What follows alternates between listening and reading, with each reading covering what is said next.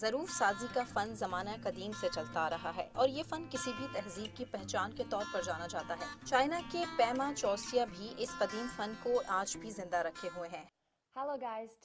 Hello دوستو، میں اس وقت یوشو ٹائبیٹن آٹونومس پریفیکچر میں موجود ہوں۔ یہ چین کے صوبے قینگھائی میں واقع ہے۔ 40 سالہ پیما چوسیا جوشو کے ضلع نینگچن میں رہتے ہیں۔ وہ روایتی ٹائبیٹن دستکاری سے مٹی کے برتن بنانے کے ماہر آرٹسٹ ہیں۔ ہزاروں سالوں سے مٹی کے یہ برتن مذہبی رسومات اور کھانا پکانے کے لیے استعمال کیے جاتے ہیں۔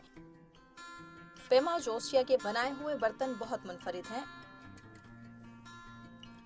انہوں نے ان برتنوں کی تیاری کے لیے قدیم طریقوں کو جوشو میں دوبارہ استعمال کیا۔ میں نے 30 ایسے طریقے دریافت کیے ہیں جنہیں لوگ ہمیشہ کے لیے بھول چکے تھے۔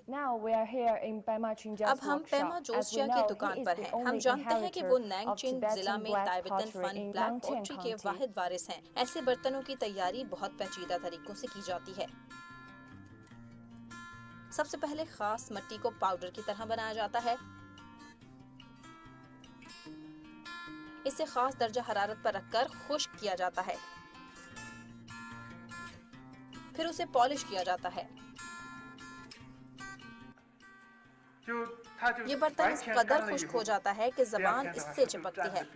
روایتی برتن ساز مٹی کا جائزہ لینے کے لیے اپنی زبان کا استعمال کرتے ہیں۔ گوبر کو آگ کی بھٹی میں جلایا جاتا ہے۔